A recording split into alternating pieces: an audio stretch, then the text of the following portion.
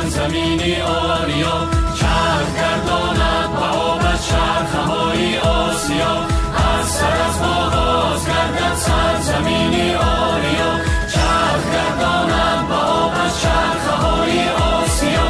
پایتخت ملک سوخته باستان بود این مکان، از سر از آغاز گردد سرزمینی آریا. تاجش از طلا و فرش آمده از کبریا، کشور چو باغستان ز فیض پیشوا. در جهان امروز نامی مملکت مشهور گشت، گل کند چون باغ گلگردان سرعزم از پیشوا. گل کند کشور چو باغستان ز فیض پیشوا. در دایره آمادگی‌ها برای تجلیل 5500 سالگی سرزمین باستان به شهرمان مهمانان زیاد تشریف آوردند که در مراسم استقبال آنها خبرنگاران تلویزیون سیما شرکت داشتند.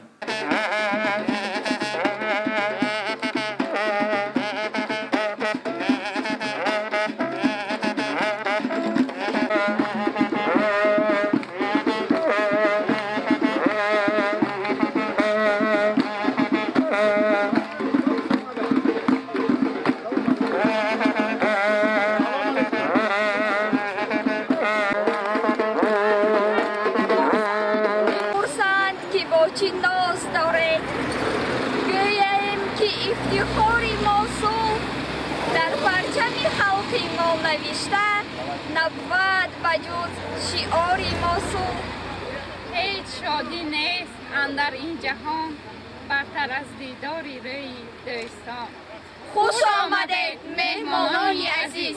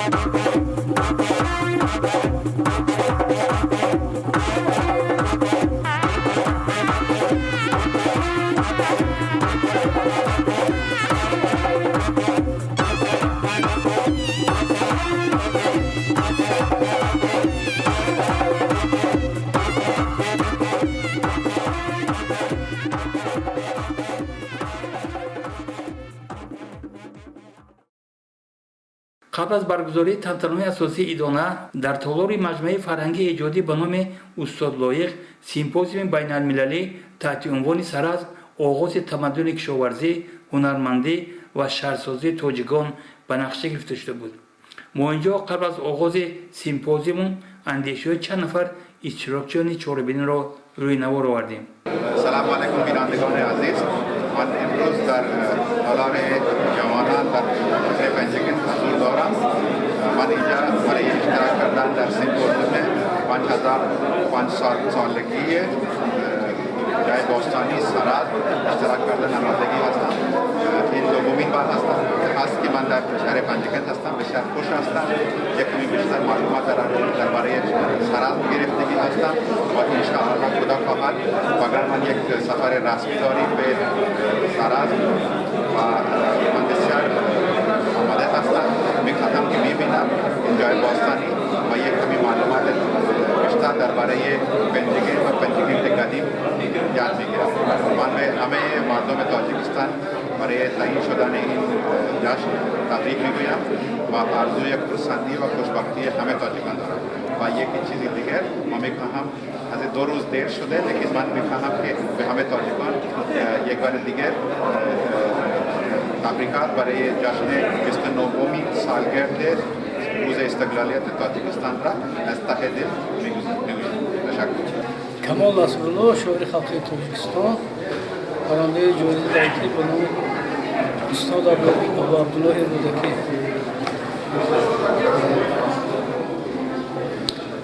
یک روز بسیار نجیب، روزی برای ملت ما و مردم ما مقدس است برای اون که امروز روزی تجلیل تاریخ ما است، تجلیل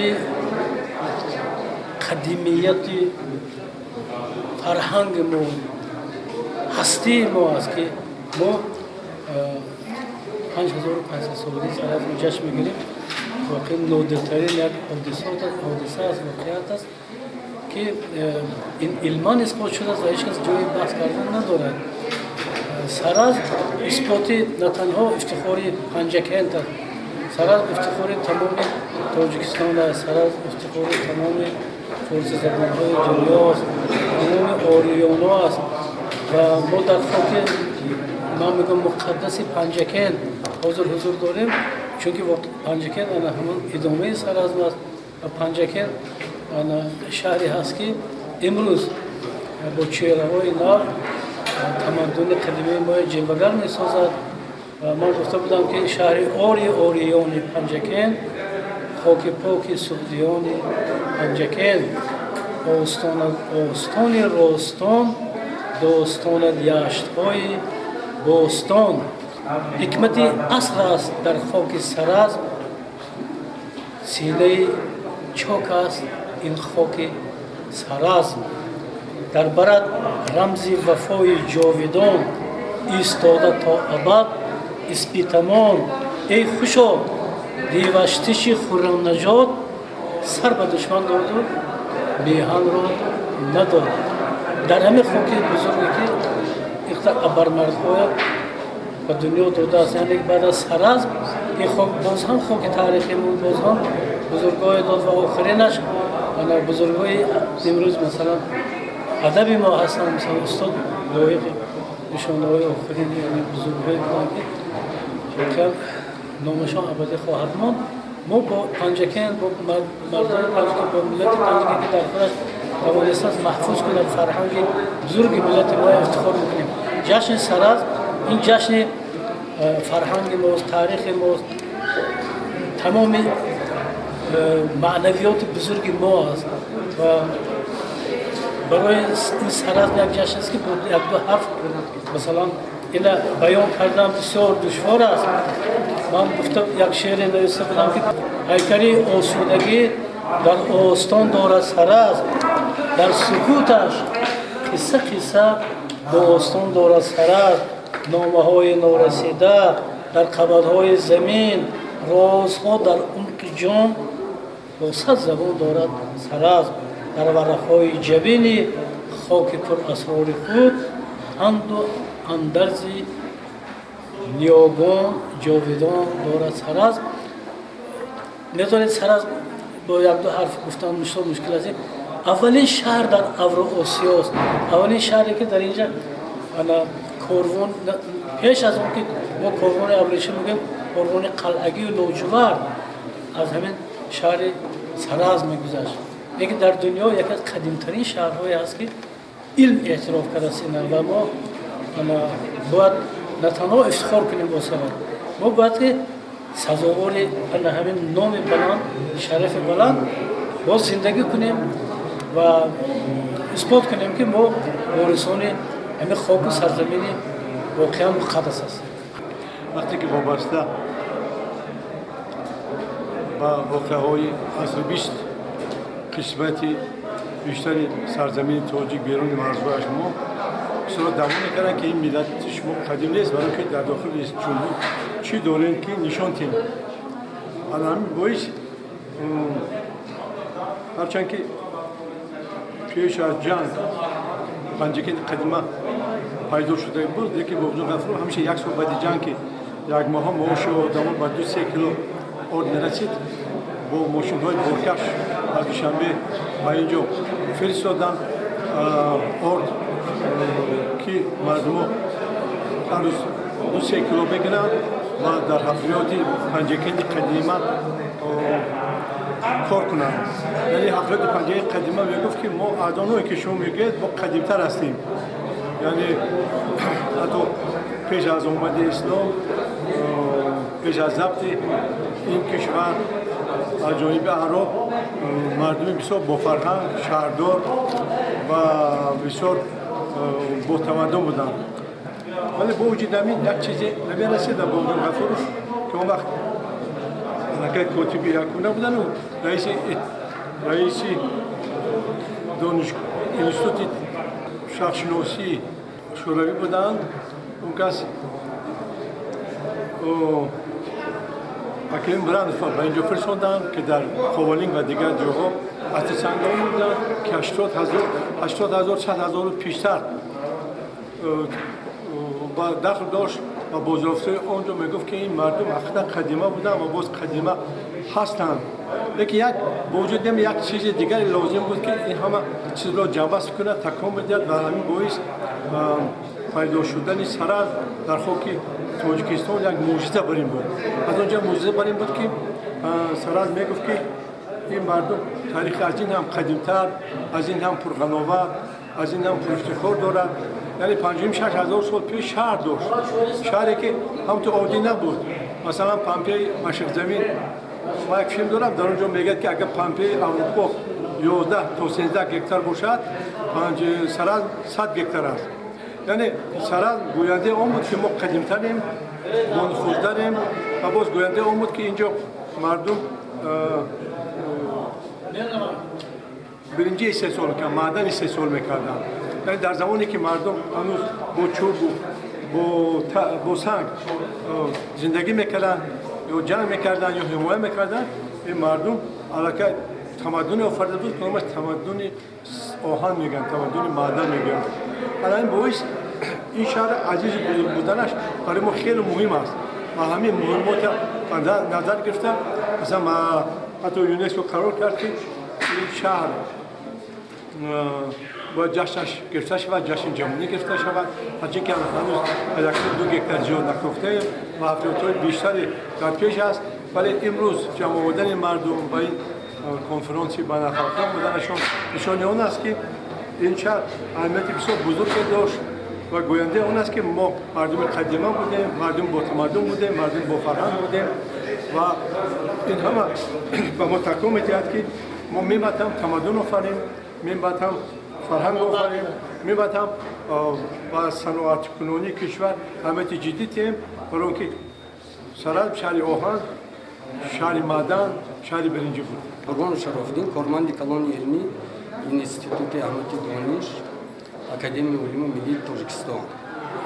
мо имрӯз бисёр хушбахтем ки бо ҷашни 5500-солаи Саразм ки гузашта истодааст, ин ҳама таваҷҷӯҳи пешвои миллат, асосгузори сулҳу ваҳдати миллӣ муҳтарами Моъмини Раҳмон мебошад ки мо ба ҳамин рӯзҳои нек омада расидем ва имрӯз мо дар ин толори кохи ҷавонон оид ба 5500 солагии ҷашни саразми бостон омода ҳастем ва имрӯз мо каму костҳои таҳқиқотҳои илмие ки дар зарфи ин 40 сол бардоштем дар ин ҷо ҳаллу фасл меноем ва пагоҳ меҳмонон омода истоданд ва барои кушода шудани маҷмӯаи мамнунгоҳи саразми бостонӣ дар саразми бостон ҳама иштирок хоҳем кард.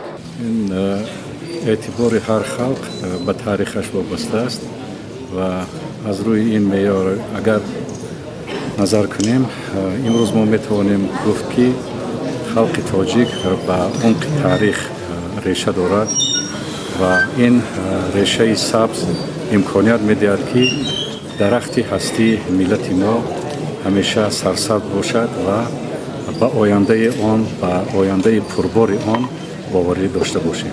سیمپوزیوم در وقت بیان شده با سخن افتتاحی پرزیدنت اکادمی ملی علم جمهوری فرهاد رحیمی آغاز یافت.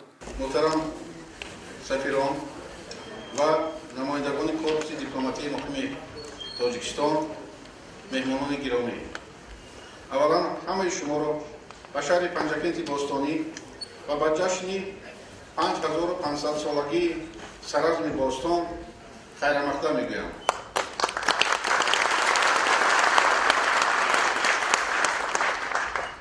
ارزش‌گذاری به ارزش‌های تاریخی، فرهنگی و رسم و آیین‌های مردمی در دوران صاحب استقلالی کشور عزیز ما تاجیکستان، اینچنین برگزاری سالگرد بزرگان علم، ادب، سیاست، معارف و فرهنگ گذشته و معاصر، ترغیب و تشویق، تحقیق و تعلیم آثار و افکار آنها و حفظ میراث ادبی، فرهنگی، تاریخی و علمی از رکن‌های اساسی سیاست حکومت و دولت تاجیکستان به شمار می‌رود که آنها از سیاست سازنده، دراندیشانه و فرهنگ پرورانه اساسگذار صلح و وحدت ملی پیشوای ملت پرزیدنت جمهوری تاجیکستان جناب عالی محترم امامعلی رحمان سرچشمه می‌گیرند.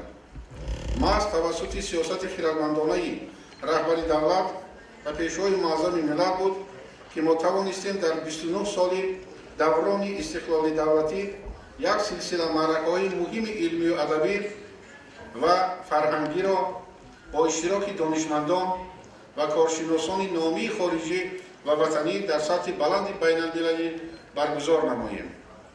از جمله تجلیل جشن باشکوه 1100 سالگی دولت سامانیان، 2700 سالگی کتاب مقدس اوستا، هزاره شاهنامه، 1310 سالگی امام اعظم، 2500 سالگی استرافشان باستان، 2700 سالگی شهر پولاب، 3000 سالگی حصار شادمان اثبات این گفته‌هایند.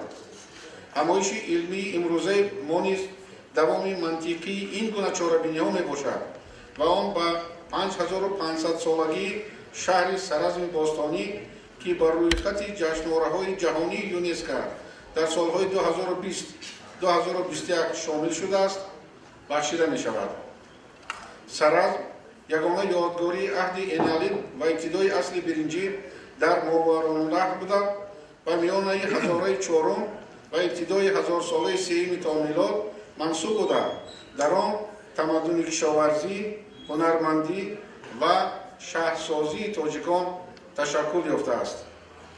در آموزش تاریخ چندین هزار ساله خلق تاجیک نقش عالمان وطنی خارجی بغایت بزرگ است. کشف سرازم یکی از دستاوردهای نظررس 10 ساله آخر اصل 20 در علم باستانشناسی تاجیک به حساب می رود. سرازم یکی از نخستین یادگاری‌های دوره آریایی نمونه به همتای این تمدن در سرد باستان است. این است که پیشوای معظم ملت پرزیدنت جمهوری تاجیکستان جناب عالی محترم امامعلی رحمان و آثار نامبرده عهد قدیم توجه خاصه ظاهر نموده با قرار حکومت جمهوری تاجیکستان تحت رقم 391 از 21 سپتامبر 2001 یادگاری سرازم را همچون مرکز تشکلیابی مدنیت کشاورزی، هنرمندی و شهرسازی تاجیکان ممنوعگاه تاریخی و باستانشناسی اعلان نمودند. نتیجه تحقیقات و حفریات بود که سازمان با نفوذ جهانی یونسکو 31 ایولی سال 2010 سرزم را بر روی خط نادرترین یادگاری‌های فرهنگ عمومی بشری شامل نمود. باید تذکر داد که در زمان استقلالیت دولتی پیشوای ملت پرزیدنت جمهوری تاجیکستان محترم امام علی رحمان به حفظ یادگاری‌های تاریخی توجه خاص ظاهر نموده قید می‌نمایند که در شرایط جهانی شوی یک از وظیفه‌های اساسی هر یک دولت حفظ اصالت ملی، زبان، فرهنگ از جمله یادگاری‌های تاریخی است. این اقدام نیک و خردمندانه پیشوای ملت هر یکی ما را وادار می‌نماید که از تمدنی که هنوز در هزاره چهارم تا سوم قبل از میلاد سرزمیان باستان و ما تاجیکان میراث گذاشتند بهره برداری نموده در هزاره سوم میلادی از پای بالا بردن اعتبار و نفوذ اقتصادی و فرهنگی تاجیکستان عزیز در مقیاس جهانی باشیم. همینطور سرز با بازیافت‌های نادر با توجه خاصه باستانشناسان جهانی در بین یادگاری‌های عهد قدیم جایگاه خاصه خود را صاحب گشته است و همه ساله مورد نظر عالمان و سیاحان از تمام گوشه و کنار دنیا قرار می‌گیرد. حاضرین گرامی، بار دیگر همه شما را به جشن سرزم باستانی خیر مقدم گفته به کار همایش علمی افتتاح می‌بخشم و باوری دارم که امروز و پگاه از جانب عالمان شناخته ساحه نتیجه‌های نوی تحقیقات علمی و باستانشناسی به سمع حاضرین رسانیده شده و پهلوهای ناروشن تاریخ سرزم باستان بهای علمی داده می شود. تشکر. عزیزان گرامی، حالا با کمال احترام سخن را به یاردمچی پرزیدنت جمهوری تاجیکستان دایر به مسائل اجتماعی و رابطه با جامعه اکادمی علم‌های جمهوری تاجیکستان محترم عبدالجبار عزیز پیشنهاد می‌نمایم.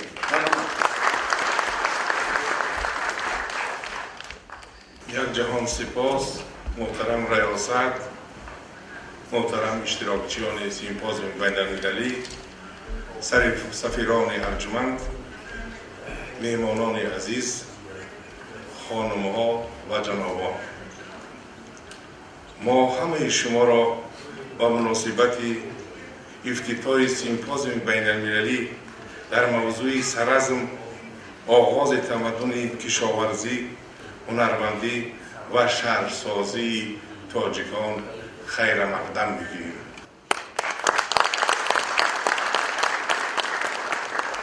پیش از همه سلام، پیام، محبت و صمیمیتی پیشوای معظم ملت، اساسگزار صلح و وحدت ملی، پرزیدنت جمهوری تاجیکستان جناب عالی محترم امام علی رحمان را با هر کدام شما و در سیمای شما به همه اهل علم رسانم و پرزیدنت جمهوری تاجیکستان اظهار داشتند که سیمپوزیوم بین‌المللی مذکور امکان می‌دهد که رشد علم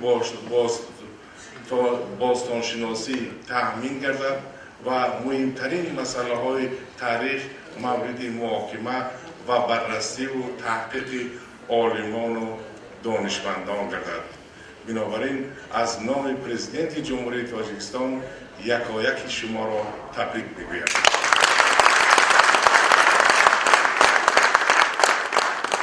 پرزیدنت جمهوری تاجیکستان به خاطر ارج و احترام گذاشتن به آثار نیاگان و خصوص سرزم باستانی مقاله را تحت عنوان سرزم خزینه طلایی خلق تاجیک تهیه و آماده نمودند که ساعتهای نزدیک و دست هر کدام شما میرسند. پرزیدنت جمهوری تاجیکستان در مقاله علمی خود مهمترین مسئله های تاریخ شناسی و باستان شناسی را مورد محاکمه و تحقیق قرار داد. آید به تاریخ گذشته خلق تاجیک اظهار نظر نمودند و تاکید کردند که از روزهای اول به سر حاکمیت آمدن پیش از همه ارج گذاشتن به تاریخ خلق را یکی از وظیفه‌های اولین درجه خود قرار دادم و کوشش نمودم که آثار گذشته و احترام و ارج گذاشتن به میراث گذشته را در بین اهل جامعه ترغیب نمایم و مهمترین مسئله های خودشناسی و خودآگاهی را توسط ارج گذاشتن به گذشته موردی سیاست امروزه خیش قرار دهم. پرزیدنت جمهوری تاجیکستان در مقاله خود همچنین دایر به سفرهای خودش سالهای 2003 و سال 2005 به شهر باستانی پنجکین و به واسطه دیدن نمودن از این یادگاری بزرگ تاریخی و سفارش‌های به واسطه به حکومت داده خود و همچنین در همان وضعیت وزنین جدا نمودن بیش از 2 میلیون سامانی را به خاطر آباد نمودن سرازم مخصوصا بیان داشتند. در حقیقت گرچنده در زمان اتحاد شوروی کارهای علمی و پژوهشی در این منطقه آغاز گردید از سال 1976 ولی تحقیق و آموزش پنجکین قدیم و بونجکین از سالهای 40 توسط عالمان و دانشمندان روس و تاجیک آغاز گردید و خوشبختانه بعد سالهای 50 و خصوص در سالهای 60 و 70 به اوج علا رسید. زیرا در پنجکین اکسپدیسی‌های مخصوصی باستانشناسی از انستیتوت باستانشناسی اکادمی علم‌های فدراسیون روسیه، از انستیتوت باستانشناسی اکادمی علم‌های تاجیکستان و ده‌ها انستیتوت‌های دیگر و وادی زرافشان متخصصان و دانشمندان جلب گردیدند و خوشبختانه در سرازم باستانی کارهای تحقیقاتی و باستانشناسی آغاز گردید. دوره دومی کاوش‌های باستانشناسی در سرازم به واسطه از روی تاکید پرزیدنت جمهوری تاجیکستان بعد استقلالیت شروع می‌شد. به واسطه پرزیدنت جمهوری تاجیکستان و انستیتوت تاریخ و باستانشناسی مبلغ برای خریداری تجهیزات اینچنین تیار و تشکیل نمودن اکسپدیسیون و جلب کردن عالمان باستانشناسان از روسیه، فدراسیون روسیه، فرانسه، گرمانیا و ایالات متحده آمریکا امکان دادند که باستانشناسان خیلی زیاد به تاجیکستان تشریف آورند و کارهای بزرگ را به انجام رسانند.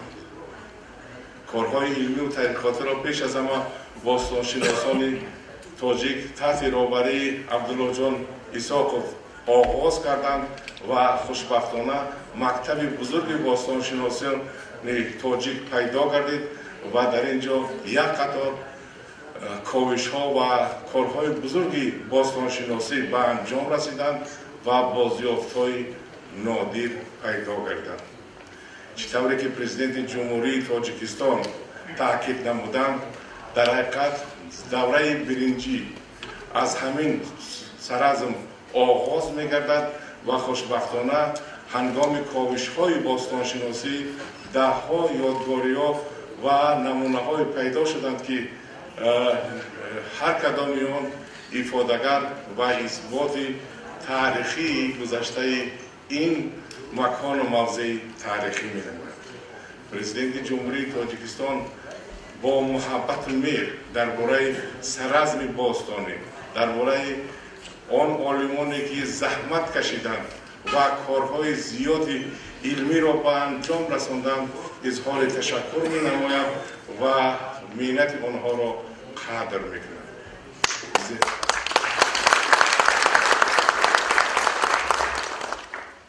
مخصوصا خدمت عبدالله جان ایساقوف، رزاقوف، لیتوینسکی، یاکوبووسکی، مارشاک، فرانکفورت،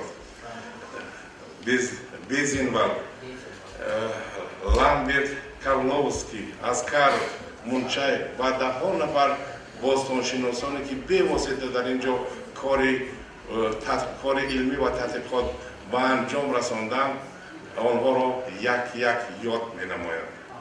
از همه مهم کاوش‌ها و بازیافت‌های باستانشناسی که از طرف باستانشناسان پیدا کردن اهمیت و تاریخ گذشته این سرزمین را آشکار می‌سازند. پیش از همه عالمان اثبات کردند که در حقیقت سرازم مکان کشاورزی است و راه‌ها و خطهای جوی‌ها، دریاها و جوبارهایی که از کوهستان زرافشان به اینجا آب جاری میشد آنها را معین نمودند و زمین‌هایی که حاصلخیزی که در اینجا بودند مقرر کردند و آن خاندان‌هایی که باستانشناس بیزنول یافته و معین نمودند و هر کدام این خاندان‌ها اثبات آن را می‌نماید که مردم تاجیک و بخصوص سرزمیان نه تنها کشاورزی اصیل بودند بلکه برای ذخیره کردن آینده و حفظ حمایه زراعت کارهای زیادی را به انجام می‌رساندند. خوشبختانه تحقیقات‌های باستانشناسی اثبات نمود که سرازم یکی از مکان هنرمندی نیز به حساب می‌رود، زیرا اکثریت باستانشناسانی که در اینجا کارهای علمی و تحقیقاتی به انجام رساندند و شرف‌ها کردند از هر کدام این مکان نمونه‌های یادگاری‌های بی‌زوال قدیمی گذشته را پیدا کردند. مخصوصاً دریافت ملکه سرازم صلیب یک بار دیگر اثبات از آن می‌کند که مردم قدیمی، مردم سوخت، باختر، عموماً خلق تاجیک، گذشتگان خلق تاجیک آریایی‌ها به واسطه هنرمندی را از اول دوست می‌داشتند و با این کار مشغول بودند و کارهای زیادی را به انجام رساندند که نمونه‌هایش از همین مکان پیدا گردیده است. در جایی که قبر ملکه سرازم است پیش از همه نشانه‌ها و آن سنگ‌ها، نمونه‌های نقره و طلا لاجوردی که پیدا گردیده است یک بار دیگر شهادت از آن می‌دهد که تجارت در همین دوره خیلی رشد نموده است و همچنان نهایت هنرمندی پیش رفته است. پهلوی دیگر این مسئله را پرزیدنت جمهوری تاجیکستان در رشد شهرداری می‌بینند و تاکید می‌کنند که نمونه اولین شهرهای قدیمه محض از سرازم پیدا گردیده است و ما با تشکر با اون باستانشناسان میگیم که نمونه‌های اولین شهرهای قدیمه، کوچه‌ها، کوشک‌ها، خانه‌ها و نمونه قصر و استفاده نوع‌های گوناگون محصولات ساختمانی را معین کردند و اثبات کردند که به واسطه شهرسازی از سرازم آغاز گردیده است.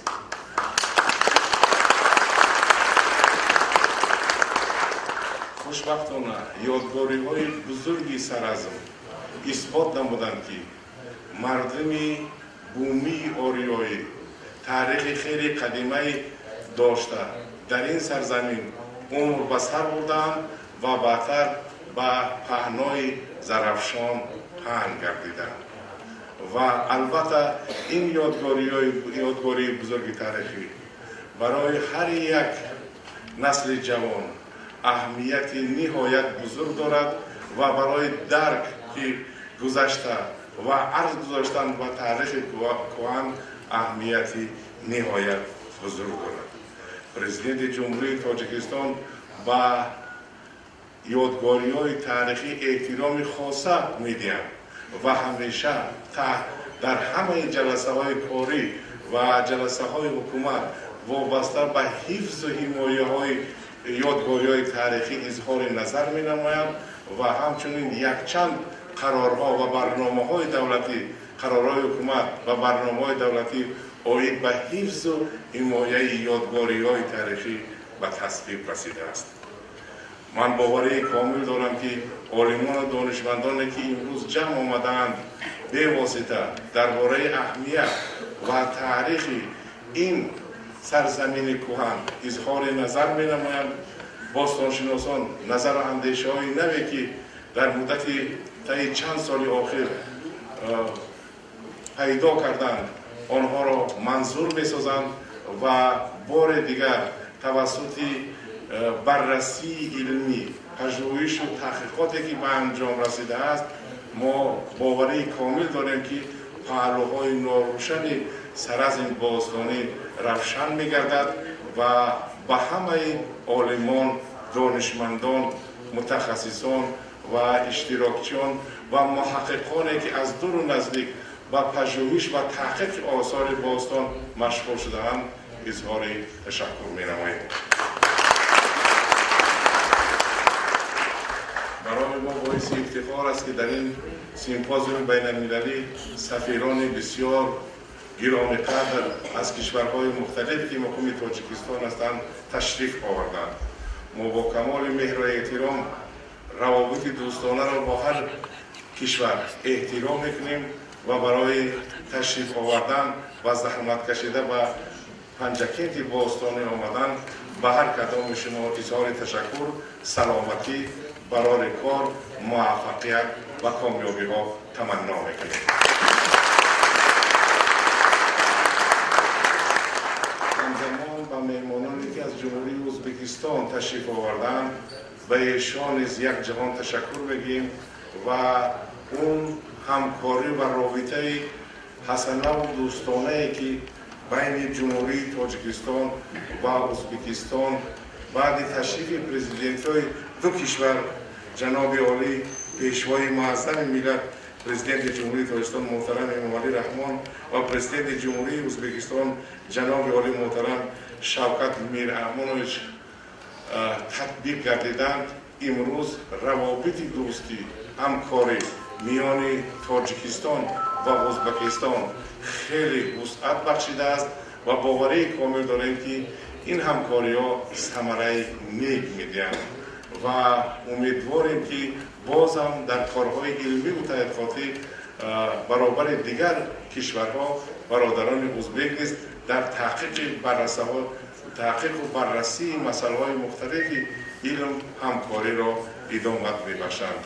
و کمیته تدارکات و سروزیر جمهوری تاجیکستان محترم قاهره سلزاده و پرزیدنت اکادمی علم محترم فرهاد رحیمی، انستیتوت تاریخ و باستانشناسی و اتنوگرافیا و وزارت معارف و علمی جمهوری تاجیکستان، کمیته تلویزیون و رادیو و دیگر ساختارهایی که به واسطه در پی همکاری، دوستی و به خاطر پیشرفت علم تاجیک در عملی نمودن قرار حکومت جمهوری تاجیکستان زحمت کشیدن و این ساختارها نیز اظهار تشکر میگیم و برایشان برای کار و سلامتی آرزو میکنیم. ما همچنین به سازمان بین المللی یونسکو اظهار تشکر میگیم که پیشنهاد حکومت جمهوری تاجیکستان، پیشنهاد پیشوای معظم ملت تاجیک محترم امامعلی رحمان را پذیرفتند در جلسه علمی و کاری خود قرار دخلدار وابسته و تجلیل 5500 سالگی سرزم قبول نمودند و خوشبختانه توسط این قرار یونسکو در تمام سراسر عالم دانشمندان، باستانشناسان، محققان آید به سرزم و تاریخ 5500 سالگی سرزم باستانی اظهار نظر می نمایند و اظهار نظر نموده ایستادند و خوشبختانه دهها و صدها مقاله ها با زبان‌های گوناگون وابسته به این موضوع و مسئله انتشار شده ایستاده است. بنابراین از حضور نماینده یونسکو در جمهوری تاجیکستان استفاده نموده بار دیگر با رهبریت یونسکو اظهار تشکر می نماییم و باوری کامل داریم که در آینده نیز لایحه‌های حکومت جمهوری تاجیکستان و جمهوری تاجیکستان را دستگیری می نماییم و بازم ما رابطه ها را گسترش می بخشیم. дар охир бори дигар аз номи президенти ҷумҳурии тоҷикистон асосгузори сулҳу ваҳдати миллӣ пешвои муаззами миллат ҷаноби олӣ муҳтарам эмомалӣ раҳмон якояки шуморо иштирокчиёни ин симпозиумро самимона табрик менамоям ва ба кори симпозиум муваффақият ва комёбиҳо таманно мекунам.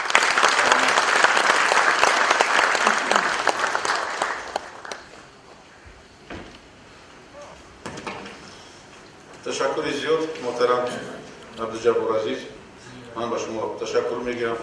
ба шумо ҳам саломатӣ, муваффақият ва барори кор мехоҳам ва дар навбати худ ман аз номи худ, аз номи аҳли илми тоҷик, аз номи тамоми муҳаққиқон, бостоншиносон, пажӯҳишгарони тоҷик ва пешвои муаззами миллат, президенти ҷумҳурии тоҷикистон ҷаноби олӣ муҳтарам эмомалӣ раҳмон изҳори ташаккур мегӯям ва гуфтанӣ ҳастам, ки маҳз тавассути сиёсати хиратмандона ва фарҳангпарваронаи пешвои муаззами миллат мо тавонистем дар як муддати бисёр кӯтоҳ ин корҳоро ба анҷом расонем, ҷашни саразмро дар он сатҳе ки имрӯз ҳаст баргузор намоем ва боварӣ комил дорам, ки олимони тоҷик маро дастгирӣ мекунанд ва дар оянда дар пайравӣ ба ин сиёсат дар тамоми қаламрави кишвар корҳои бостоншиносӣ идома хоҳанд ёфт ва фикр мекунам ин дастур ва ин супоришҳои пешвои муаззами миллат, ки доир ба эҳёи дубораи тарихи миллат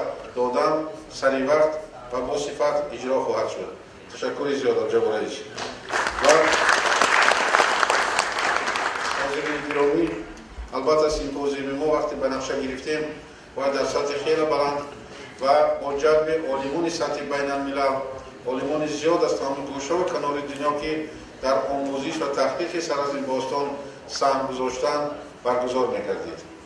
аммо штаве ки ба ҳамагон маълум аст, беморие ки имрӯз ҷаҳонро фаро гирифт бо номи коронавируси COVID-19 нагузошт, ки дар ин толор олимон аз тамоми гӯшаи канори ҷаҳон ҷамъ оянд, баҳсҳои илмӣ дошта бошем, дар мавзӯъҳои гуногун натиҷаи таҳқиқот ва пажӯҳиши худро ба якдигар бирасонем. аммо хушбахтона имрӯз тавассути интернет, шабакаҳои иттилоотиву коммуникатсионӣ як гурӯҳ олимони сатҳи ҷаҳонӣ табрикот ва нуқтаи назари худро ба доир ба саразм, ҷашни саразми бостонӣ ба мову шумо пешниҳод карданд ва бо тартиби муқаррар гардидан мехостам мо якчанд табрикотҳоро якҷо тамошо кунем, нуқтаи назари олимони ҷаҳонро шунавем. ва аввалан баромади Костюкевич Анастасия аз ҷумҳурии Беларус пешниҳод карда мешавад. Марҳамат. Здравствуйте, уважаемые коллеги, участники и гости конференции. Меня зовут Анастасия Костюкевич. Я старший научный сотрудник Института истории Национальной академии наук Республики Беларусь. С Таджикистаном я познакомилась в 2017 году во время работы Международной археологической школы. И эта удивительная страна с ее историей, культурой и открытым гостеприимственным народом сразу же полюбилась мне. Таджикистан – это центр искусства и ремесла, а также место пересечения многочисленных культурных и торговых путей. Даже в наших далеких городах мы порой находим предметы. Чаще всего это фрагменты посуды и украшения, которые с большой долей вероятности были изготовлены именно в таджикских ремесленных центрах. Таджикистан – это земля удивительных археологических памятников. На меня неизгладимое впечатление произвел древний Холбук со своими мощными крепостными стенами и руинами дворцов. Поистине земля царей, земля, где вершилась история. Никого не оставит равнодушной красота Таджикистана. Величавые пики Памира, Чильдухтарон, бирюзовые озера, которые спят в обрамлении фруктовых садов, и аромат роз. Здесь, на землях легендарных Согды и Бактрии, встречались и сливались культуры, верования и народы, пересекаясь многочисленные торговые пути. Поэтому здесь особенно нужно упомянуть Саразм, древнейшее поселение, отмечающее в этом году свой 5500-й юбилей. Саразм – это древняя колыбель цивилизации не только Среднеазиатского Междуречья, но также и всего Ближнего Востока. За годы исследований на территории поселения были выявлены руины и остатки более чем 150 жилых зданий, одного зернохранилища, 4 храмов, даже резиденции правителя. В 2010 году этот уникальный памятник был включен в мировой состав всемирного наследия ЮНЕСКО. И даже теперь, по прошествии 55 веков, Саразм представляет собой величественное и потрясающее зрелище. Простыми словами очень трудно описать эти желто-пепельные руины, синее стеклянное небо и горячий сухой воздух. В таких случаях мне на помощь приходит поэзия. Шелестят высокие чинары, по камням звеня бежит ручей, небесам грозят, что дышат жаром, ветви старых тонких тополей. Эти тропы, скалы и долины, галькою засыпанный овраг, в вечной древне помнят о поныне грозных армий македонцев шаг. Терпкий запах горных трав и пыли, диких слив на склонах пояса, и навеки сердце мне пленили древние сагдианы небеса. И в заключение хочу пожелать всем уважаемым коллегам плодотворной работы, новых открытий и успехов на конференции. Я очень надеюсь, что все препоны скоро будут позади, и все мы встретимся на солнечной, чудесной и гостеприимной земле Таджикистана. Всего доброго, до новых встреч! Tabrikoti navbati az Cumhuri Olmon Iliza Ludnie Bosnanshinos tabrikot khuda ba ma peshnod kardan. Marhamat manzuri shumo ishtirokchi megardad.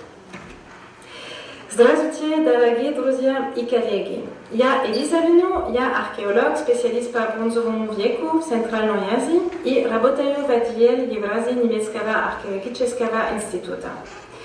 Мои коллеги, в частности Гунвор Линдстром, Майк Тойфер, Даниэль Стайнгер и Кристина Юнкер, присоединяются ко мне, чтобы передать теплый привет всем коллегам и друзьям в Таджикистане.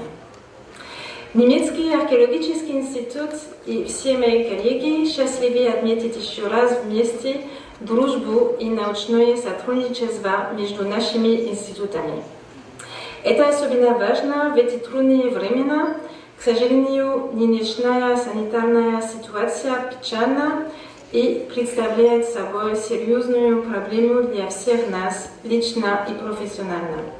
Нам особенно грустно, что мы не смогли приехать в Таджикистан в этом году и не смогли принять участие в этом важной конференции. Поэтому я хотела бы поблагодарить организаторов конференции за возможность сказать несколько слов через видео для конференции, посвященной сайту Саразма. Это действительно особенное событие для этого важного памятника бронзового века в Средней Азии. Я дважды бывала в Саразме и всегда восхищаюсь работой, проделанной таджикскими археологами и совместной французско-таджикской командой.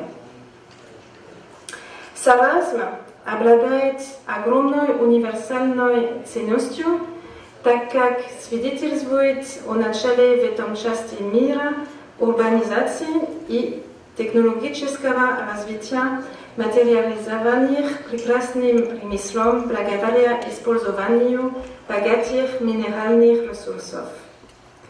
Памятник Саразм также является свидетелем исключительного материального и культурного обмена на дальнем расстоянии между степными районами Туркменистаном, Иранским плато, долиной Инда и Индийским океаном. Для всех археологов это место имеет несравненную ценность, и я рада отпраздновать это вместе с вами. Я желаю участникам хорошей и успешной конференции и желаю всем вам здоровья. Спасибо за просмотр. و مهمانان محترم همینطور تبریکات و پیشنهاد خود را به ما جورین رحمت جورینش президенти Академии Львовой Джумхурии Казахстан. Есть Соломодан, Мархамат, Гушмиклим. Уважаемый президент Национальной академии наук Таджикистана Фархад Кадирович, уважаемые коллеги, я от имени Национальной академии наук Республики Казахстан и от всех ученых Казахстана сердечно поздравляю вас с знаменательным событием, нахождением и доказательством 5500-летием городка Саразм. Это огромной важности новость, потому что он показывает, что на древней земле таджикского народа была цивилизация еще в IV веке до нашей эры. И поэтому неудивительно, что из таджикского народа вышли замечательные ученые, поэты, философы.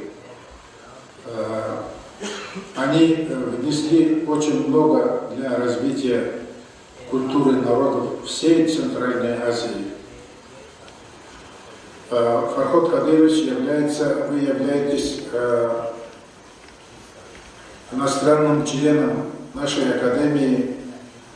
У вас много друзей в Казахстане, много коллег, которые вас очень уважают, оценивают ваш талант в науке, ваши научные достижения.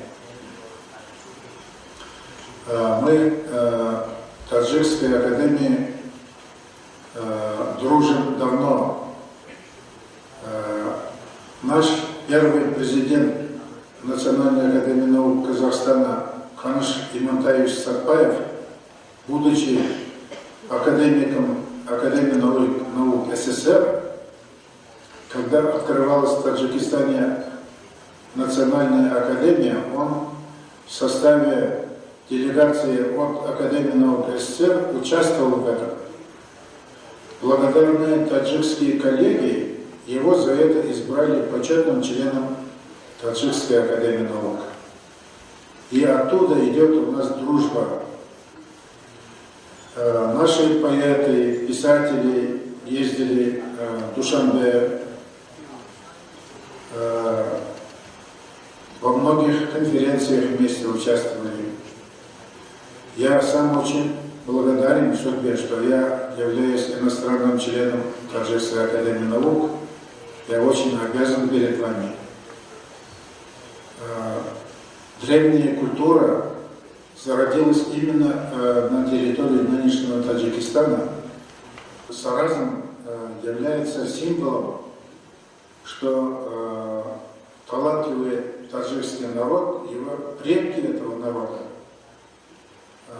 они начинали земледелие, они начинали промысел в этом городке Саразм.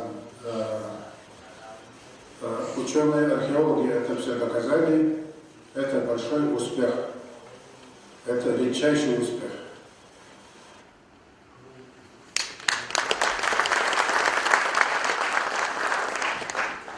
حاضرین محترم، چطور که محترم ابجا برایش قید کردن در گفتگوهای بوستانی و تحقیقات سر از این بوستان و عموما موضوعهای بوستانی تاجیکستان، عالمان روس، عالمان سابق کشور شوروی و عالمان از فدراسیون روسیه زحمت‌های زیاد کشیدن با ما همکاری داشتن و امروز نیز همکاری دارن و حالا یک چند برآمدهای علمی پیشنهاد شده است. ما یک متن تبریکاتی و شما از طرف یک از محققان مشهوری روس پاول لوری و شما پیشنهاد می‌نماییم و دیگر برآمدها با ترتیب مقرر شده و شما پیشنهاد کرده می‌شود. مرحمت.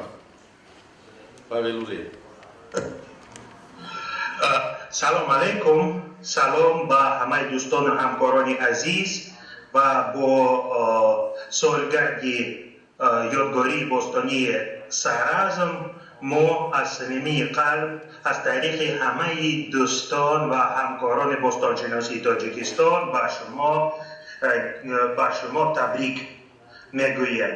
در شرایطی که امروزه ما متاسفانه نمیتوانیم با شما باشیم، با شما جشن گیریم، اما با شکری پیشرفتی تکنیکی و فنی و الکترونیکی میتونیم از دور یک پیغام، یک سلام رو با شما بفرستیم. از این بابت من میخواهم با یک زبان دیگر، زبان رایج در حوزه علمی تاجیکستان، یک سخن کوتاهی خدمت шумо арс намоям по забоне Руси. Здравствуйте еще раз и спасибо большое за приглашение. Ввиду такого странного формата у меня не получается сделать некое научное, серьезное сообщение. Надо заметить, что я и не имею компетенции этого делать, потому что не являюсь специалистом в энеолите, в бронзовом веке, во времени Саразма. И то, чем я занимаюсь, наверное, для многих присутствующих здесь специалистов, бронзовиков, воспринимается как некая журналистика, да что это такое раннеисламское, то есть предисламское, раннеисламское время, там 5-8 век, но уже совершенно не археологическое время, как любят мне говорить мои друзья палеолитчики, журналистика. Да? Но вместе с тем, несмотря на вот этот большой разрыв в датах, у нас есть известная очень большая близость по другому важному параметру, географическая, а именно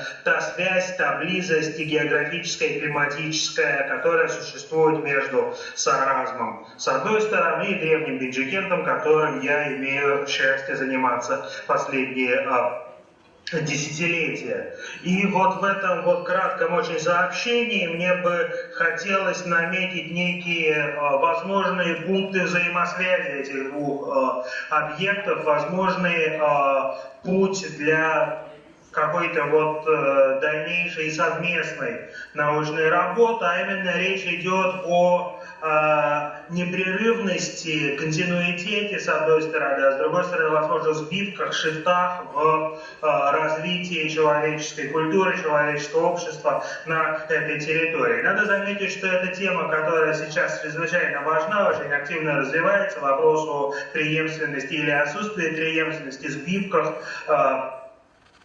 и так далее. И вместе с тем другая тема, которую сейчас историки постоянно поднимают, особенно в зарубежной литературе, слово resilience по-русски переводится как устойчивость, способность ответить на различные вызовы. Другое очень модное слово вызовы, challenges, которые приносят с собой естественная среда обитания, или новые соседи, или новые культурные достижения и так далее, как на это человеческое общество и локальное человеческое общество, которое жило некогда в Саразме, общество, которое жило затем в Пинджикенте, как на эти вызовы реагирует и приспосабливается к новым условиям. И тут, конечно, вопрос о преемственности, наверное, более-менее понятен, потому что есть такие понятия, как выяснение чего-то между двумя точками и различия между ними, экстраполяция и интерполяция. Если у нас есть две точки, вот они, да, что происходит между этими двумя точками, мы можем с некоторой надежностью интерпретировать, как проходит кривая. А как она поведет себя за пределами этих двух точек, тут есть огромное поле для фантазии. Так вот, у нас есть вот эти вот две точки, и более того, есть даже больше бусинок, которые нанизаны на одну нить. Это и Саразм с одной стороны, Пинджикен с другой, ряд других памятников дополнительно. И, в общем-то, становится из этого понятно, благодаря работе археологов таджикистанских в первую очередь, что, по крайней мере, человеческая жизнь, человеческое обживание на этой территории со времени Саразма до времени Пинджикента и до современности, в общем-то, будем говорить, было в целом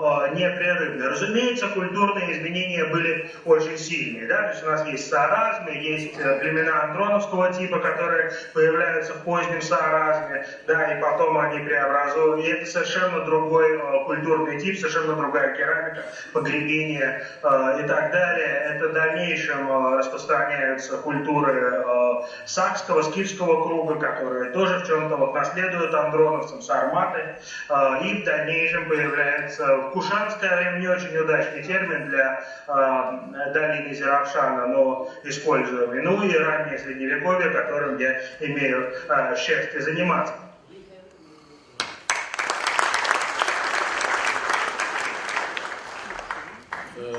تشکر زیاد. حاضرین محترم جبارش خیر کردم.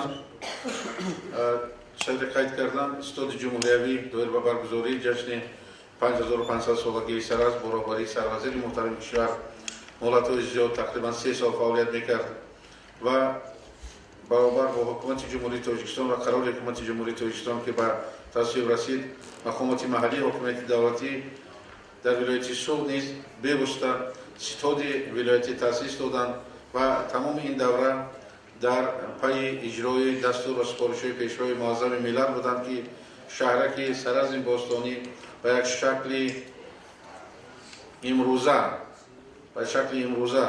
مجهز شود، از نوسازی شود، دوباره احیا شود. همچنین در آبادی پنجکنت باستان و در برگزاری این سیمپوزیوم سهم ارزنده گذاشتند و با استفاده از فرصت مناسب به رئیس محترم ولایت محترم رجب‌بای احمدزاده و معاون اول آن کس که همیشه تا این سالها در شهر پنجکنت همچون متصدی محترم حیدرخان کار کردند اظهار تشکر میگویم و به تمام نفران دیگری که از مقامات محلی اجرای حکومت دولتی ولایت سوغد با ما همکاری داشتند من اظهار منتداری میکنم و با کمال احترام سخن را به محترم حیدرخان معاون اول رئیس ولایت سوغد پیشنهاد مینمایم.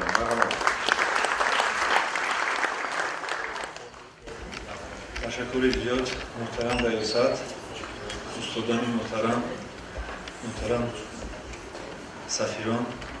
من پیش از همه شما رو از نام رابطه مقامات حکومت اجرایی دولتی ولایت سوغد شخصا از نام محترم رئیس معاون یکم رئیس مجلس ملی مجلس عالی جمهوری تاجیکستان رجب‌بای احمدزاده و ولایت سوغد صمیمانه خیر مقدم میگویم.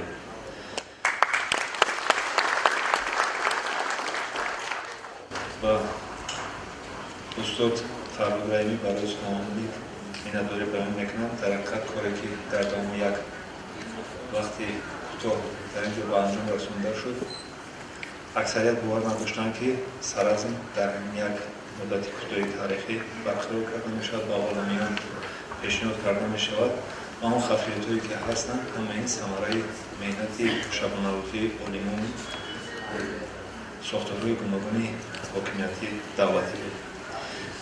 حاضرین گرامی، ثمره سیاست دوربینانه و تلاش‌های پیگیرانه اساس‌های صلح و وحدت ملی پیشوای معظم ملت پرزیدنت جمهوری تاجیکستان محترم امامزاده رحمان است که کشور عزیزمان موقع خویش را در عرصه بین‌المللی پیوسته نیرو بخشیده در برابر آن محض با شرافت استقلالیت و وحدت ملی سطح اجتماعی و اقتصادی و حیات فرهنگی و معنوی کشور و سطح صفتا نو انکشاف می‌یابند. مردم ولایت سوغد نیز چون کل ساکنان کشور عزیزمان ابتکار نجیبانه پیشوای معظم ملت را باید به تجلیل نمودن 5000 سالگی شهرک خدیمه سرازم چون مرکز تشکل مدنیت کشاورزی، هنرمندی و شهرسازی در آسیای میانه با فرح و سپاسگزاری پذیرفتند. بنابراین نخست برای چنین غمخواری و توجه و پیشوای معظم ملت عرض سپاس مردم ولایت را بیان می‌نمایم. زیرا محض با پشتیبانی پیشوای معظم ملت این یادگاری بی‌نظیر تاریخی سال 2000 ممنوعگاه تاریخی باستانشناسی اعلام گردیده از سال 2010 و فهرست یادگاری‌های بشری سازمان یونسکو وارد کرده شد که واقعاً افتخار تمام مردم تاجیکستان و تاجیکان جهان میباشد. محترم اشتراکگران سیمپوزیوم بین‌المللی، حاضرین گرامی، یادگاری سرازم باستانی با اهمیت بزرگ علمی، تاریخی و بین‌المللی خود در قطار صدها یادگاری‌های تمدن جهانی تاجیکستان عزیز ما را همچون میراث‌های راستین یکی از کهن‌ترین تمدن‌های عالم و جهانیان معرفی می‌کند. با عبارت دیگر یادگاری سرازم تجسمگر دیگرگونی‌های بزرگ اقتصادی، سیاسی، دینی، اجتماعی و پیدایش هنرمندی و کشاورزی در روزگار اجداد قدیم دنیای نو در عصر برنجی به شمار می‌رود. تجلیل جشن 5500 سالگی این یادگاری بی‌نظیر تاریخی امکانیت فراهم آورد که اهل تحقیق با دید نو، نگاه تازه، اندیشه دیگر به شناخت آن رو آورده کتاب‌های ارزشمند را ایجاد نمایند. باوری کامل دارم که من بعد نیز در حاشیه این جشن بزرگ کارنامه‌های نو به نوع عالمان تاجیک اینچنین محصول همکاری‌های علمی دانشمندان ما با معرفان و محققان خارجی به چاپ رسیده. اهمیت تاریخی این یادگاری کهن تاجیکان بیشتر و بیشتر در عرصه عالم به جلوه خواهد آمد. من با کاری امروزه سیمپوزیوم بین‌المللی بخشته 5500 سالگی سرزم بوستانی و هر کدام شما برای در سطح بلند برگزار کردن بحث‌های علمی برای کامیابی تمنا میکنم. بار دیگر خوش آمدید و بدایت